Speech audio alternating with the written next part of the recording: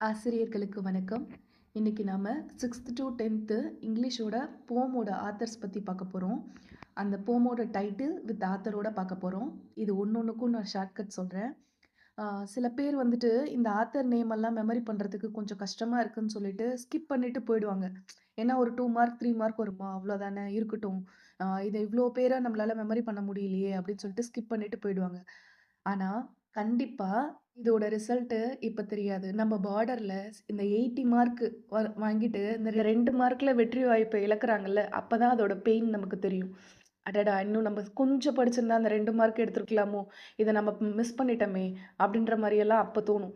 அந்த கஷ்டம் வந்துரக்கூடாது நமக்கு. அதுக்காக தான் இதுக்கு நான் ஷார்ட்கட்ட கொஞ்சம் ஈஸியாவே இருக்க மாரி எந்த அளவுக்கு ஈஸியா சொல்ல முடியுமோ, எந்த அளவுக்கு உங்களுக்கு ஈஸியா புரிய வைக்க முடியுமோ, அந்த அளவுக்கு நான் ஷார்ட்கட் எடுத்துட்டு வந்திருக்கேன். இந்த வீடியோவ பாருங்க. இந்த ஷார்ட்கட்லாம் 100% உங்களுக்கு நிச்சயமா எக்ஸாம் ஹால்ல யூஸ்ஃபுல்லா இருக்கும். சரிங்களா? இப்ப நம்ம 6த்ல ஃபர்ஸ்ட் போமோ அத பத்தி பார்க்கலாம்.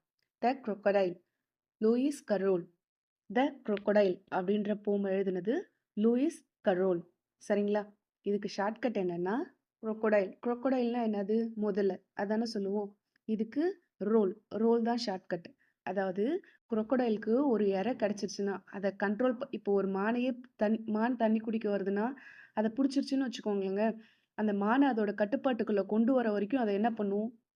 அது நல்லா ரோல் பண்ணும். போட்டு அத அடிச்சு, அடிச்சு ரோல் பண்ணி, அதுக்கப்புறம் அது கட்டுப்பாட்டுக்குள்ள கொண்டு வந்து, மான் இதானதுக்கு அப்புறம் தான் அது சாப்பிடும்.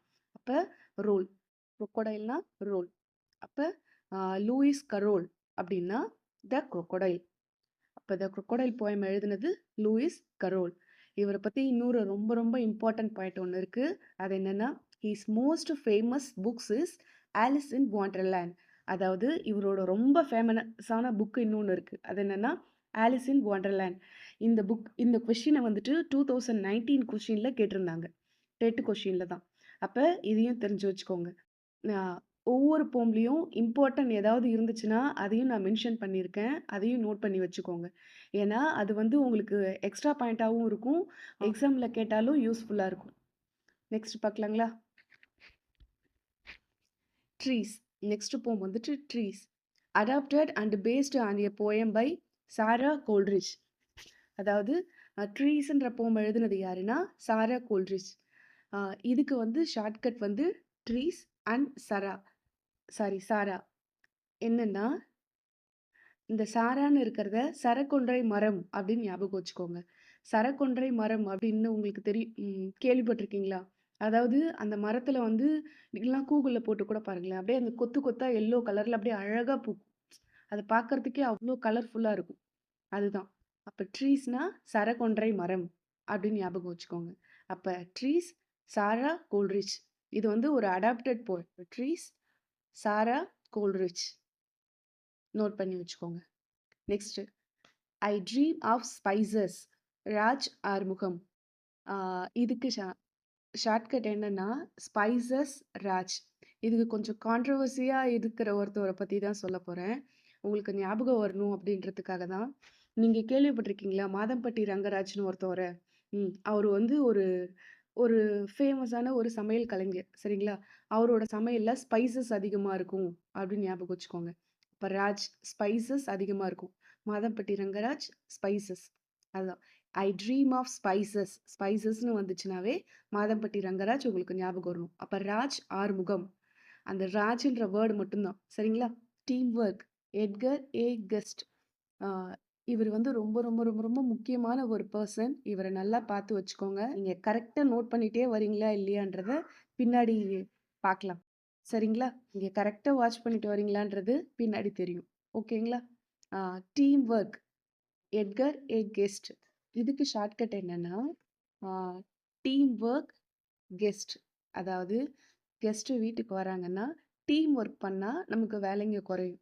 நாம மட்டுமே ஒர்க் பண்ணிட்டு இருந்தா, ஒருத்தவங்களாவே சமைக்கணும், எல்லா ஒர்க்கும் பண்ணணும், நெறைய பலகாரம் செய்யணும்னா, அது ரொம்ப கஷ்டம். அப்ப டீம் ஒர்க். வர்றவங்களும் கொஞ்சம் ஹெல்ப் பண்ணாங்கன்னா, நம்மளால டக்குன்னு எல்லா வேலையும் முடிஞ்சிரும். அதுதான். அப்ப Edgar A guest. Team work. அப்ப கெஸ்ட் வீட்டுக்கு வந்தா, டீம் ஒர்க் பண்ணுனா நல்லாருக்கும். ரொம்ப எதிர்பார்க்க முடியாது கெஸ்ட் கிட்ட. ஒரு சின்ன சின்ன ஒர்க். சரிங்களா? அதுதான் ஷார்ட்கட்டுக்காக. இவரோட இன்னொரு ரொம்ப ரொம்ப இம்பார்ட்டன்ட் பாயிண்ட் என்னன்னா, and he came to be known as the poet of the people. புரியுதுங்களா?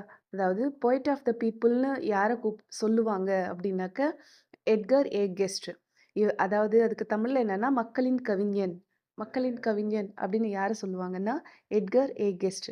இது நல்லா ஞாபகம் வச்சுக்கோங்க. A team work. யாருன்னா எட்கர் ஏ கெஸ்ட். இவரை தான் the poet of the people. Guest வந்துட்டாக்க யார் நல்லா வேலை செஞ்சு நல்ல சாப்பாடு போட்டு நல்லா கவனிக்கிறாங்களோ அவங்க தான் the poet of the people. அவங்களுக்கு த பொய்ட் ஆஃப் த பீப்புள் அப்படின்னு ஒரு பட்டம் கொடுப்பாங்க அப்படின்னு வச்சுக்கோங்க. ஷார்ட்கட்டுக்காக தான் சொல்கிறேன். சரிங்களா? நெக்ஸ்ட் பார்க்கலாமா? நம்ம சேனலை மறக்காமல் சப்ஸ்கிரைப் பண்ணுங்கள். நிறைய பேர் பார்க்குறீங்க, ஆனால் சப்ஸ்கிரைப் பண்ணுறதில்ல.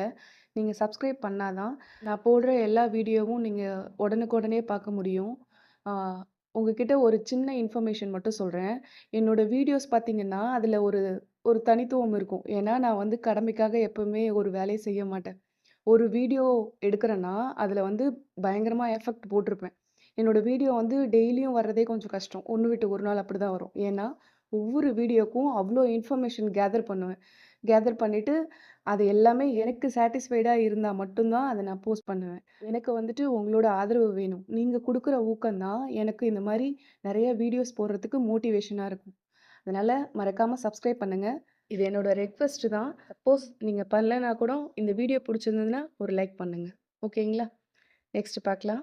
From a railway carriage, Robert Louis Stevenson. இதுக்கு ஷார்ட்கட் என்னென்னா ரயில்வே. இதை வந்து கேரின்னு வச்சுக்கோங்க. Next son. அதாவது வயசான பெற்றோர் வந்து ட்ரெயினில் போனாங்கன்னா அவங்கள வந்து ரொம்ப கேர் பண்ணி யார் பார்த்துக்குவாங்கன்னா அவங்க சன்னு. அவங்கள மகன் வந்து ரொம்ப கேர் பண்ணி பார்த்துப்பாங்க. நம்ம பெற்றோரே கொஞ்சம் வயசானவங்க ட்ரெயினில் போகிறாங்கன்னா நம்ம கேர் எடுத்து பார்த்துப்போம்ல. அவங்களுக்கு படுக்கிறதுக்காகட்டும் இல்லை ஏதாவது தேவைன்னா நம்ம பார்த்துப்போம்ல, அதுதான். அப்போ ரயில்வே கேரி சன். அப்போ from a railway carriage Robert Louis Stevenson அப்படி ஞாபகம் வச்சுக்கோங்க. இவரை பற்றி எக்ஸ்ட்ரா ஒரு பாயிண்ட் என்னென்னா, his famous work are treasure island kidnapped. இதையும் கேட்டிருக்காங்க. ட்ரெஷர் ஐலாண்டோட ஆத்தர் யார் அப்படின்னு சொல்லி கேட்டிருக்காங்க. அதை ஸ்டீஃபன்சன் அது மட்டும் கூட கொடுத்துருக்காங்க. ஸோ அதையும் நீங்கள் பார்த்துக்கோங்க. இதுக்கு எப்படி ஞாபகம் வச்சுக்கலான்னா, நம்ம ஐலாண்ட் எங்கேயாவது போகணுன்னாலும் ரயிலில் தான் போகணும். ட்ரெயினில் போகும்போது குழந்தைங்கள சரியாக கவனிக்கலைன்னா கிட்னாப் பண்ணிடுவாங்க. அப்போ ரயில்வேனா ஐலாண்டும் ஞாபகம் வரணும். அதாவது ட்ரெஷர் ஐலாண்ட் கிட்னாப்டு அதுவும் ஞாபகம் வரணும். குழந்தைங்கள கிட்னாப் பண்ணிடுவாங்க. அப்போ ரயில்வேனா 3 வந்து ஞாபகம் வரணும். என்னென்னா அதை எழுதுனது ஸ்டீஃபன்சன். சன்னு தான் நல்லா பார்த்துப்பாங்க. பொண்ணுங்களும் பார்த்துப்பாங்க. ஷார்ட்கட்டுக்காக சொல்கிறேன். ஒன்று கேர்ள்ஸ் எல்லாம் சண்டைக்கு வந்துடாதீங்க. ஏன் மேம் அப்போ நாங்களா பார்த்துக்க மாட்டோமான்னு. His famous work are treasure Island. ஐலாண்டுன்னு வந்தாலும் ரயில்வே, கிட்னாப்டுன்னு வந்தாலும் ரயில்வே. நெக்ஸ்ட்டு நிஷா டைரீன். இவங்களுக்கு எப்படி ஷார்ட்கட் வச்சுக்கலான்னா, இந்தியன் சீசன் நிஷா டைரி அப்படின்னு ஞாபகம் வச்சுக்கோங்க. ஆக்சுவலாக உங்களோட நேமை டைரின்னு ஞாபகம் வச்சுக்கோங்க. நிஷா தன்னோட டைரியில் இந்தியன் சீசன்ஸை பற்றி எழுதி வச்சுருக்காங்க. இது ஈஸி தான். சரிங்களா? இதுதான் இதுக்கான ஷார்ட்கட். எ ட்ராஜிக் ஸ்டோரி வில்லியம் மேக்ஸ்பீஸ் தாக்ரே. இவங்களுக்கு ஷார்ட்கட் என்னன்னா வில்லியம் அப்படின்னு இருக்கு இல்லைங்களா, அதை வில்லன் அப்படின்னு ஞாபகம் வச்சுக்கோங்க. பீஸ்னா அமைதி. அதாவது வில்லனோட லைஃப்ல அமைதியே இருக்காது. ஃபர்ஸ்ட்டு எ ட்ராஜிக் ஸ்டோரி. ட்ராஜிக்னா என்னன்னு நமக்கு தெரியணும். அப்படின்னா ரொம்ப சோகமா, கொடூரமா, கொடுமையான விஷயம். அதுதான் நம்ம ட்ராஜிக்னு சொல்லுவோம். அப்போ எ ட்ராஜிக் ஸ்டோரி வில்லன் பீஸ். வில்லனோட லைஃப்ல ஒரு அமைதியே இருக்காது. அவனோட ஸ்டோரியே எப்படி இருக்கும்? எ ட்ராஜிக் ஸ்டோரி. ரொம்ப ஒரு கொடூரமான, சோகமான ஒரு கதை அவனுக்குள்ள இருக்கும். அதுதான் இதுக்கான ஷார்ட்கட். இவரை பத்தி ஒரு இம்பார்ட்டன்டான இன்னொரு பாயிண்ட் இருக்கு. His Vanity Fair is one of the finest and best known novel in English literature. இவரோடது ரொம்ப ரொம்ப ரொம்ப ஒரு ஃபேமஸான நாவல். இன்னொன்று என்னதுன்னா இந்த வெனிட்டி ஃபேர். இதை எழுதுனதும் இவர் தான். தாக்கரே தான். தாக்கரேன்னு கூட இதில் கேட்பாங்க. அப்போ வெனிட்டி ஃபேர் அதை எழுதுனது யாருன்னா Thackeray. Next the computer swallowed grandma. இது எழுதுனது அனானிமஸ். அதாவது இது எழுதுனது யாருன்னு தெரியல. அதுதான் இதுக்கான மீனிங்கு. இது கேட்குறதுக்கே டிஃப்ரெண்ட்டாக இருக்குது பாருங்களேன். A computer swallowed grandma. Computer போயிட்டு கிராண்ட்மாவை முழுங்குமா? அப்ப அத யாரோ பொரளிய கெளப்பி விட்டுருக்காங்க. அது யாருன்னே தெரியல. அதுதான் இங்க விஷயமே. அப்ப இந்த போம் எழுதுனது யாருன்னு தெரியல. Next the listener. Walter de la Mare. இத எப்படி ஞாபகம் வச்சுக்கிறீங்கன்னா, நான் ஒரே ஒரு கொஸ்டின் கேட்கறேன். நீங்க சொல்லுங்க. நம்ம எங்கேயாவது வெளிய போறோம்னா, நம்ம ஒரு லிஸ்ட் வச்சிருப்போம். எது எதெல்லாம் எடுத்துட்டு போகணும்னு ஹேண்ட்பேக்ல. ஃபர்ஸ்ட்டு என்னலாம் பார்ப்போம்? மொபைல் இருக்கா பார்ப்போம். ஹெட்ஃபோனு, சார்ஜர் எடுத்துட்டு போவோம். இல்லன்னா கூட இருக்கும். நம்ம என்ன விஷயத்துக்காக வெளிய போறோமோ, அதுக்கான அ இப்ப மார்க்கெட் போறோம்னா, அதுக்கு பை வேணும், பர்ஸ் வேணும். பேங்க் போனா பாஸ்புக் இந்த மாதிரி தேவைப்படும். நம்ம என்ன விஷயத்துக்கு வெளிய போறோமோ, அ அதுக்கு ரிலேட்டடான திங்ஸ நம்ம கண்டிப்பா எடுத்துட்டு போவோம். அது கூட என்ன எடுத்துட்டு போவோம்? வாட்டர் இருக்கும். சரிங்களா? அப்ப இதுக்கான ஷார்ட்கட்டு இங்க லிசனர் அப்படின்னு இருக்கு இல்லைங்களா? அதுல லிஸ்ட் அப்படின்னு ஞாபகம் வச்சுக்கோங்க. ஃபர்ஸ்ட்ல இருக்கு பாருங்க லிஸ்ட். நாம எடுத்து வெளிய போகும்போது, நம்ம கிட்ட இருக்கிற லிஸ்ட்ல வாட்டர் கண்டிப்பா இருக்கும். இங்க வால்டர் அப்படின்றத வாட்டர்ன்னு ஞாபகம் வச்சுக்கோங்க. அப்ப லிஸ்ட் வாட்டர். நம்ம வெளிய போம்போது, நாம எடுத்துட்டு போற லிஸ்ட்ல வாட்டர் கண்டிப்பா இருக்கும். "என்னம்மா என்னென்னமோ சொல்றியே!" அப்படின்றீங்களா? வேற வழி இல்லங்க. நமக்கு வந்துட்டு அ குடுத்துருக்க போம்க்கு ரிலேட்டடா ஆத்தரையும் நம்ம படிச்சா மட்டும் தான் எக்ஸாம் டைம்ல கரெக்ட்டா ஞாபகம் வரும். நாம சும்மா ஏதோ ஒண்ணுன்னு ஒரு ஷார்ட்கட் சொன்னா அது சரி வராது. அதனால எந்த அளவுக்கு இதுல ஷார்ட்கட் எடுக்க முடியுமோ, அந்த அளவுக்கு நான் எடுத்திருக்கேன். சரிங்களா?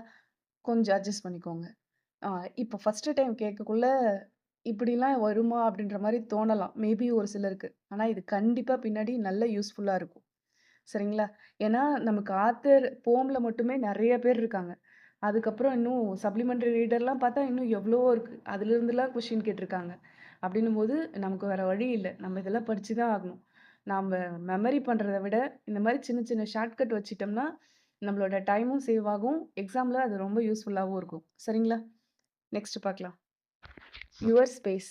David Bates. ஆக்சுவலா இதுக்கு ஷார்ட்கட் எப்படி வச்சுக்கலான்னா, ஆ நீங்க கிரிக்கெட் நல்லா விரும்பி பார்ப்பீங்களா? அப்ப இந்த ஷார்ட்கட் உங்களுக்கு ரொம்ப ஈஸியா இருக்கும்.